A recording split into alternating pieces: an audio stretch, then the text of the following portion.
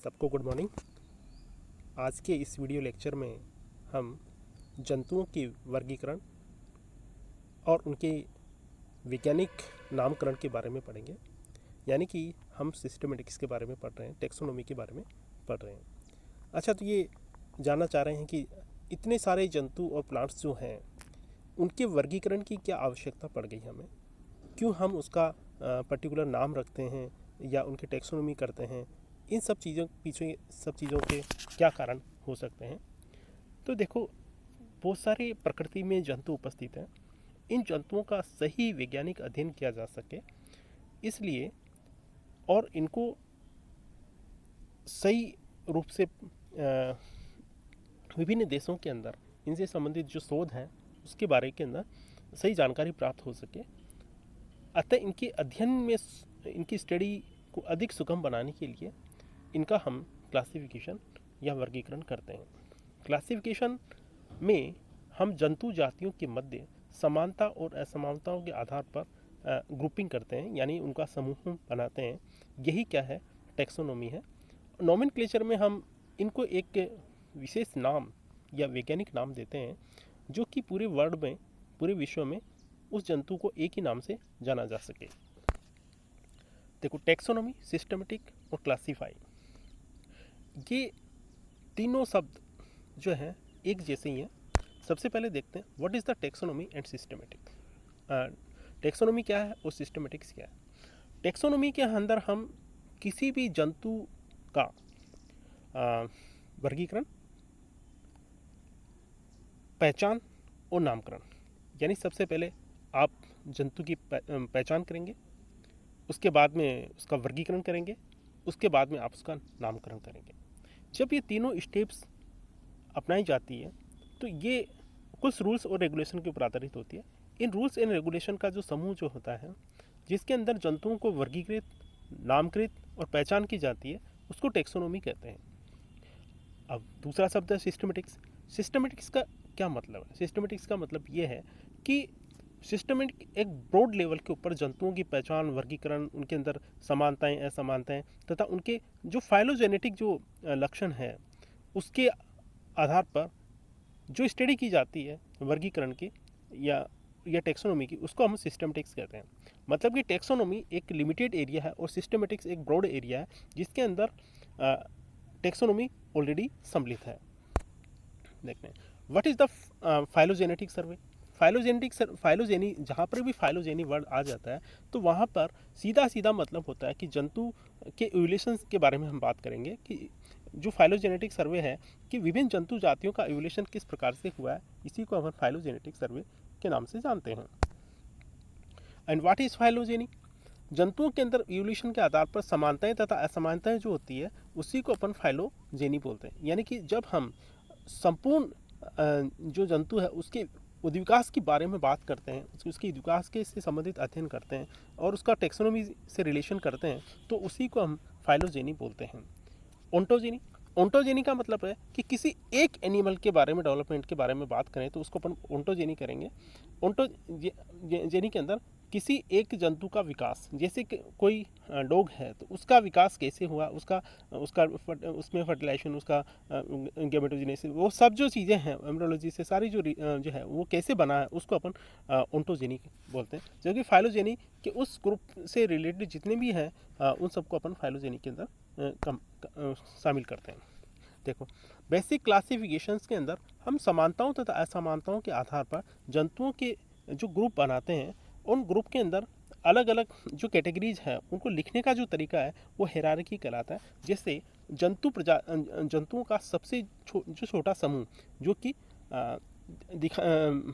Physiologically, morphologically similar है तथा उनमें नेचुरली सेक्सुअल रिप्रोडक्शन होता है, तो जंतुओं के उस इंडिविजुअल को जो कि एक ही जैसे दिखाई देते हैं, सेक्सुअल रिप्रोडक्शन पॉसिबल है, उसको अपन स्पीसीज कहते हैं। यानी वर्गीकरण की सबसे जो छोटी इकाई है वह जाति है, और बहुत सारी स्पीसीज है वो मिलकर के जीनस बनाती है, और बहुत सारे जीनस है वो फैमिली बनाते हैं, और बहुत सारी फैमिलीज है वो किसी ऑर्डर में शामिल की जाती है, और बहुत सारे ऑर्डर्स है वो किसी क्लास में आते हैं, और बहुत सारी क्लासेस मिलकर के एक फाइलम या संघ को बनाती है, और और बहुत सारे फाइलम जो है वो किंगडम को बनाते हैं, यानी जगत को बनाते हैं। और 3 किंगडम है जो कि डोमेन के नाम से जाने जाते हैं। तो ये जो वर्गीकरण का जो प्रत्येक जो स्तर है उसको हम टैक्सोन बोलते हैं, यानी कि वर्गीकरण का कोई भी स्तर जिसके अंदर जंतुओं को शामिल किया जाता है, वो बड़ा या छोटा हो सकता है, उसी को हम टैक्सोन कहते हैं। हमेशा लिखने का तरीका ये है कि सबसे पहले छोटा टैक्सोन लिखा जाएगा, उसके बाद में बड़ा टैक्सोन, फिर उससे बड़ा और उससे बड़ा लिखा जाएगा। यानी कि सबसे ऊपर जो होगा सबसे बड़ा टैक्सोन होगा, और सबसे जो नीचे होगा वो सबसे छोटा टैक्सोन होगा। देखो, अगर जंतुओं की जो बेसिक जो क्लासिफिकेशन है उसको अपन देखें, तो जैसे डोमेन जो है उसको अपन बोलते हैं यूकेरिया। किंगडम, जैसे 2 किंगडम है, प्लांटी, एनिमेलिया और इस टाइप के। तो जंतुओं के लिए जो किंगडम है वह है एनिमेलिया। और जंतु जो अधिकांश जो जंतु अपन को दिखाई देते हैं उनको अपन, जैसे कोर्डेट एक फाइलम है जिसको अपन डिवीज़न, कोर्डेट प्लांट्स के अंदर उसको उसी जो कैटेगरी है उसको अपन डिवीज़न कहते हैं, जबकि जंतुओं के अंदर इसको अपन फाइलम कहते हैं। और सब phylum Vertebrata, class Mammalia, order Primates, family Hominidae, genus Homo और स्पीसीज होमो सेपियन। ये जो है वो जो मानव है, जो मनुष्य है, उसका वर्गीकरण जो दिया गया है, जिसके अंदर डोमेन यूकेरिया और स्पीसीज होमो सेपियन है। टैक्सोन क्या है? टैक्सोन अभी अपन ने बात की थी कि टैक्सोन जो है वो किसी लेवल का जंतु समूह हो सकता है, that is known as the taxon. जैसे फैमिली है, फाइलम है, क्लास है, ऑर्डर है, जीनस है, ये सब क्या है? These are the taxon. यानी टैक्सोनोमिक जो कैटेगरीज है that is known as the taxon. और हेरारिकी के अंदर अपन बात कर चुके हैं कि जो जंतु समूह है उससे सबसे नीचे जो है छोटी जंतु समूह होगा, और सबसे बड़ा वाला सबसे अधिक जंतुओं को रखने वाला सबसे जो ऊपर का जो समूह फाइलम या जो है एनिमेलिया वगैरह जो भी है वो हेरारिकी। यानी कि सबसे पहले अपन बड़े जंतु समूह को लिखेंगे और उसके नीचे छोटे जंतु समूह को लिखेंगे। देखो, species, what is the species? Species के बारे में बात की थी कि स्पीसीज जो है वो वर्गीकरण की संरचनात्मक इकाई है, यानी कि सबसे छोटी इकाई है वह स्पीसीज है, जिसके अंदर विभिन्न जो जंतु है वो दिखाई देने में एक जैसे होते हैं, नेचुरल रिप्रोडक्शन करते हैं। तो इस प्रकार के जो जंतु है वो एक ही जाति के होंगे और उन्हें अपन क्या बोलेंगे? स्पीसीज कहेंगे, सेम स्पीसीज कहेंगे। जैसे ह्यूमन बींग्स है, मनुष्य है, उसकी जो साइंटिफिक नेम क्या है, और जैसे होमो सेपियन लीनियस, तो यहाँ पे जीनस है वो होमो है और जो स्पीसीज है वो सेपियन है। तो जीनस और स्पीसीज दोनों मिलकर के किसी एक जंतु का नाम बनाती है, और जो साइटेशन वो लिखा है वो लीनियस ने इसका ये जो नाम रखा गया था अपन इसको लीनियस बोलते हैं।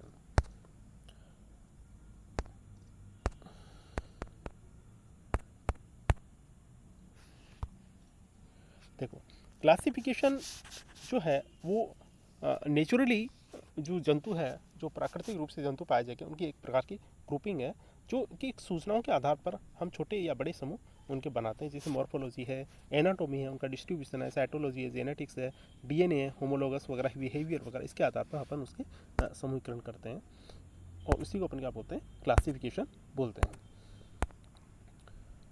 अब देखते हैं नोमेनक्लेचर।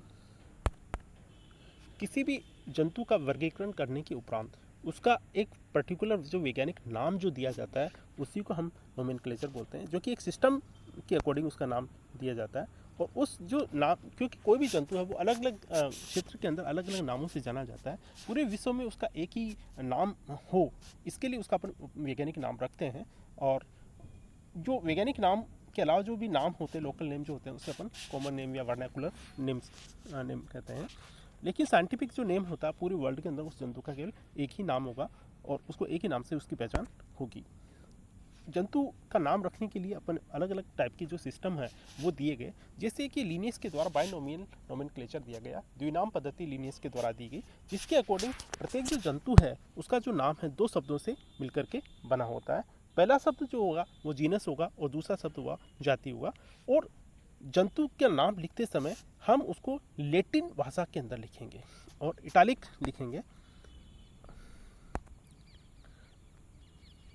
और ये जो है किसी जंतु के एक नामकरण की एक पूरी रूल्स रेगुलेशन बने हुए हैं, उसी के अकॉर्डिंग हम उसका नाम रखते हैं। प्लांट्स और एनिमल्स का अलग अलग जो रूल्स बने हुए हैं,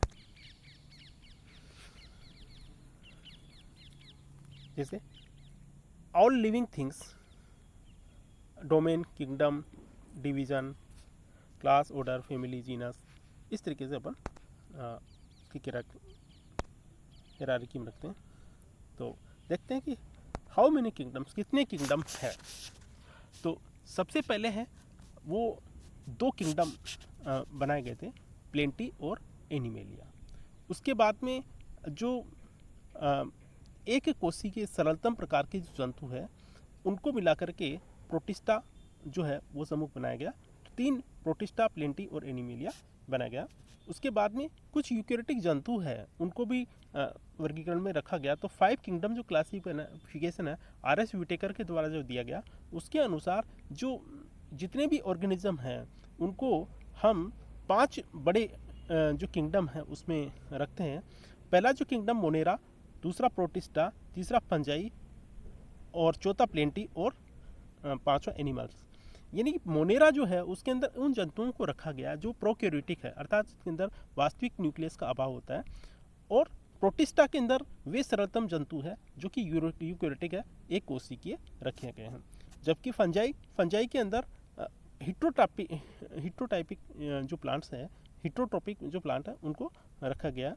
और प्लेंटी जिसके अंदर सारे जो ग्रीन प्लांट्स है वो सारे प्लेंटी में आएंगे। और एनिमल्स के अंदर सारे एनिमल्स को रखा गया है।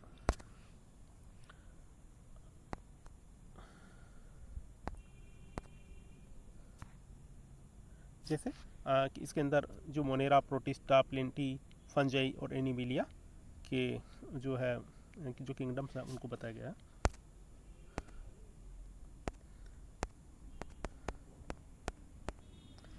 फिर जो 5 किंगडम था उसके अंदर एक और समूह जो डोमेन अपन ने ऐड किया, आर किया। इस प्रकार जो है 6 किंगडम जो क्लासिफिकेशन है वो वर्तमान के अंदर काम है रहता है। जैसे प्रोटिस्ट है तो उसको अपन ये एक अननेचुरल ग्रुप है और collect all dweller like junk.